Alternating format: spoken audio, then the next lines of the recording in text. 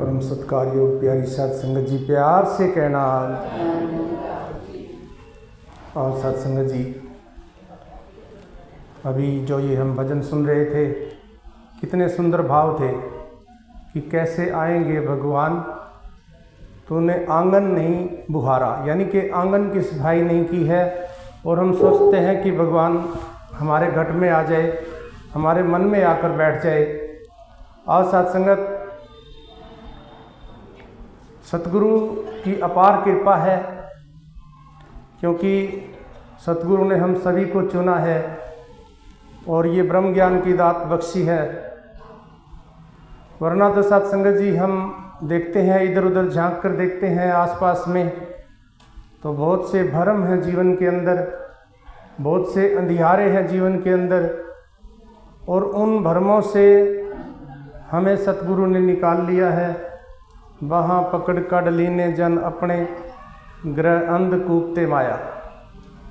साध संगत, ये संसार अंधे कुएं के मानित समझा गया है, क्योंकि यहाँ तो राजा दुखिया, भूपति दुखिया, रंक दुखी विपरीता होए, कहत कबीर सगल जग दुखिया, संत सुखी मन जीता होए।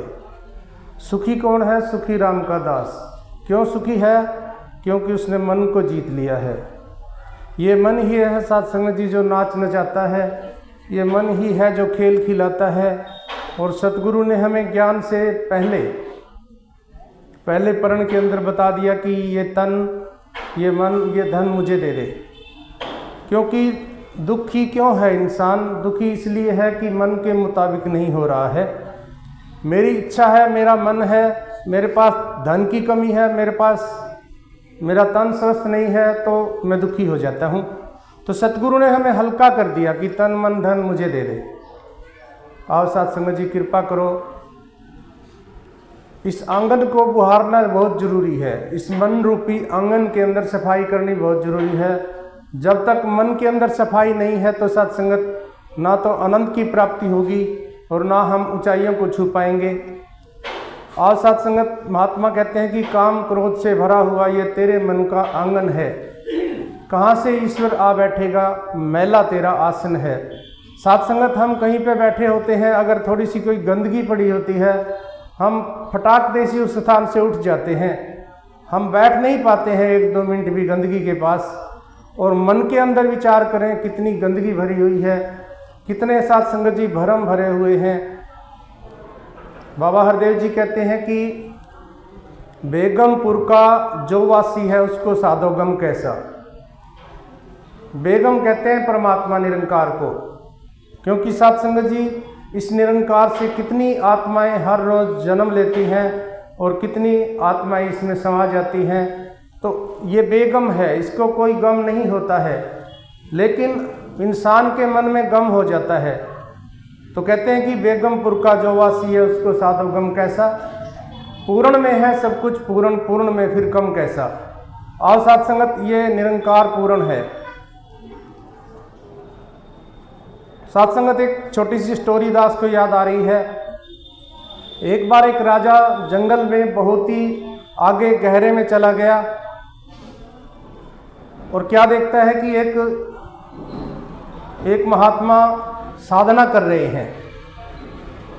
राजा वहां पर बैठ जाता है। जैसे ही उस महात्मा ने आंखें खोली, राजा उसको प्रणाम करके पूछते हैं कि आप ये क्या कर रहे हैं। वो कहता है कि मैं आत्मा को परमात्मा बनाने के लिए साधना कर रहा हूं। राजा कहते हैं कि तो कब से कर रहे हैं आप? वो महात्मा कहता है कि मैं 50 वर्षों से साधना कर रहा हूं। राजा कहते हैं कि कुछ फर्क इसमें पड़ा, कुछ अंतर हुआ? वो महात्मा कहते हैं कि हाँ। तो राजा कहते हैं कैसे पता चला आपको? वो महात्मा कहते हैं कि जब मैंने साधना शुरू की थी तो मेरे गुरु ने मुझे एक डंडा दिया था और कहा था कि इसको जमीन में गाड़ दो, इसमें हरी हरी कोपलें आ जाएंगी, यानी जब ये अंकुरित हो जाएगा तो ये समझ लेना कि आपकी साधना सफल हो गई है। तो राजा ने कहा अभी तक क्या हुआ? तो वो महात्मा कहते हैं कि अभी तक एक अंकुर इसमें से फूटा है। तो राजा को बहुत आश्चर्य हुआ। उसने कहा कि क्या मैं भी ये साधना कर सकता हूँ? वो महात्मा कहते हैं कि हाँ कर सकते हैं, लेकिन आपके पास गुरु का दिया हुआ डंडा तो नहीं है। तो वो महात्मा कहते हैं कि आप ये अपना हथियार जमीन में गाड़ दो। अब राजा के पास जो भी हथियार था, बंदूक थी या तलवार थी, तो उसने जमीन में गाड़ दिया और साथ में ही एक झोपड़ी बना करके साधना करने लगे। संयोग से उसी रात को ऐसा हुआ कि एक बहुत ही भयानक तूफान आया, आंधी आई, बहुत ही जबरदस्त बारिश हुई और उस आंधी तूफान में एक परिवार भटक गया, रास्ता भटक गया और वो सहारे की तलाश में, रास्ते की तलाश में इधर उधर भटक रहा था। उसने उस महात्मा की झोपड़ी का द्वार खटखटाया। उस महात्मा ने द्वार खोला और पूछते हैं कि बताइए क्या है? वो इंसान कहता है कि महाराज मैं रास्ता भटक गया हूँ, मुझे सहारे की आवश्यकता है, बहुत तेज आंधी तूफान चल रहा है। महात्मा कहते हैं कि बस इतनी सी बात के लिए तूने मेरी साधना को भंग कर दिया, चल सारी उम्र भटकता रहो। अब वो घबरा गया, क्योंकि महात्मा ने क्रोध में ये शब्द बोले थे। घबरा के पीछे हट गया और थोड़ा सा आगे चला तो दूसरी झोपड़ी जो राजा साधना कर रहे थे, उस यात्री ने उस झोपड़ी का गेट खटखटाया। राजा बाहर आए। राजा से भी वही पुनः आग्रह किया कि मुझे सहारे की आवश्यकता है।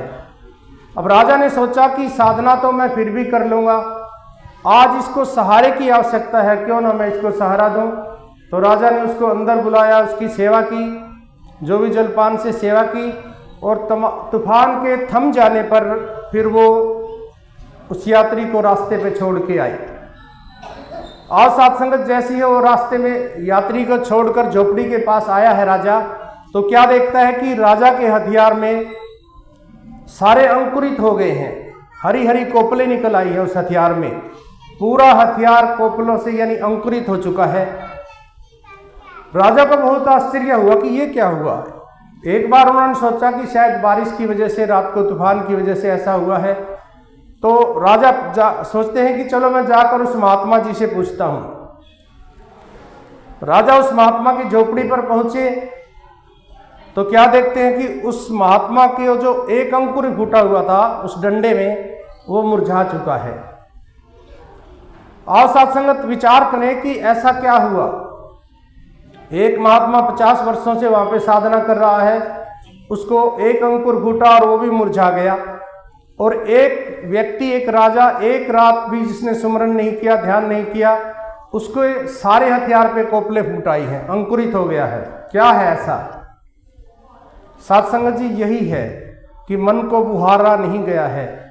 ज्ञान लेने के बाद भी ये एहसास नहीं है कि इक्को नूर है सब दे अंदर, नर है चाहे नारी है, ब्राह्मण क्षत्रिय वैश्य हरिजन एक दी खलकत सारी।